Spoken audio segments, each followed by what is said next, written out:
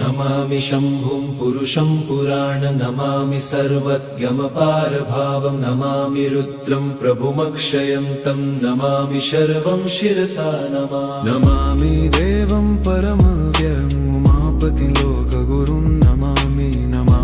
दारिद्र्यविदारणं नमामि रोगापहरणं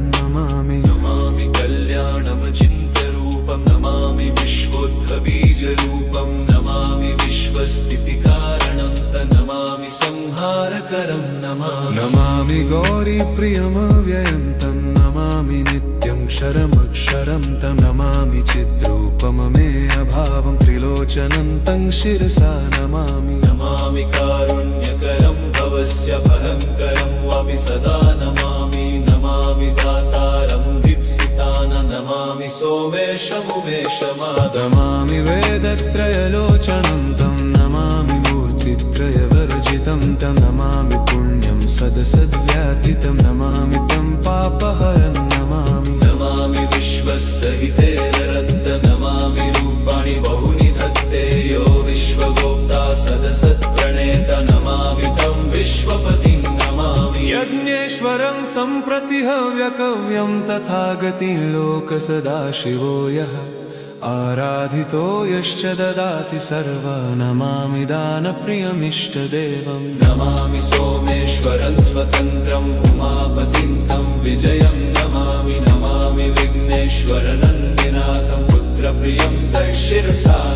नमामि देवं भवदुःखशोकविनाशनं चन्द्रधरं नमामि गङ्गाधरमीशमीड्यम् उमाधगं देववरं पुरन्दरादिसुरासुरैरचितपादपद्मं नमामि देवी मुखवादनान इक्षार्थमक्षित्रितयं यैष पञ्चामृतैर्गन्धसुधूपदीपैर्विचित्रपुष्पैर्विधैश्च मन्त्रैः अन्नप्रकारैः सकलोपचारैः सम्पूजितं सोममहं नमामि शम्भुं पुरुषं पुराण नमामि शरणं त्वमपारवाम नमामि रुद्रं प्रभुमक्षयन्त नमामि शर्वं शिरसा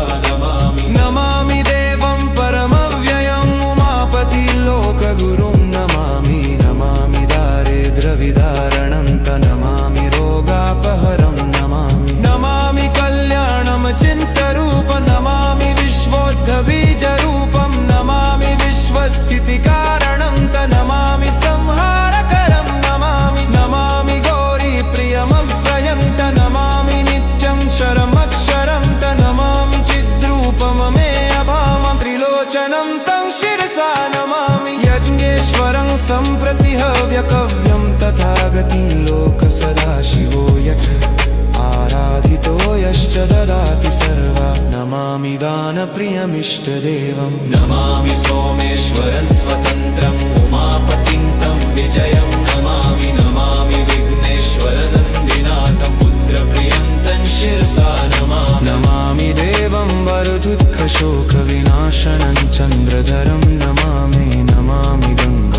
गङ्गाधरमीशमीड्यम् उमाधरं देववरं नमामि कल्याणमचिन्त्यरूपं नमामि विश्वोद्भवीजरूपं नमामि विश्वस्थितिकारणं नमामि संहारकरं नमामि गौरीप्रियमव्ययं नमामि नित्यं क्षरमक्षरं नमामि चिद्रूपममीयभावं त्रिलोचनं तं शिरसा नमामि शन्नेश्वर सम्प्रति हव्यकवं ततिं कतिं लोकसदाशिवो यः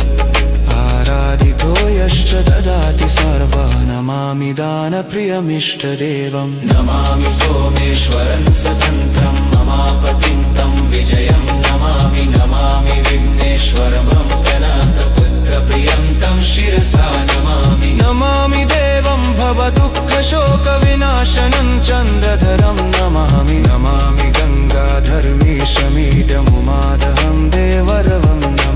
नमाम्यजादीश पुरन्दरादिसुरासुरैरचितपादपद्मं नमामि देवी मुखवादनान इक्षार्थमक्षित्रितयं येष पञ्चामृतैर्गन्धसुधूपदीपैर्विचित्रपुष्पैर्विधैश्च मन्त्रैः अन्न प्रकारैः सकलोपचारैः सम्पूजितं सोममहं नमामि।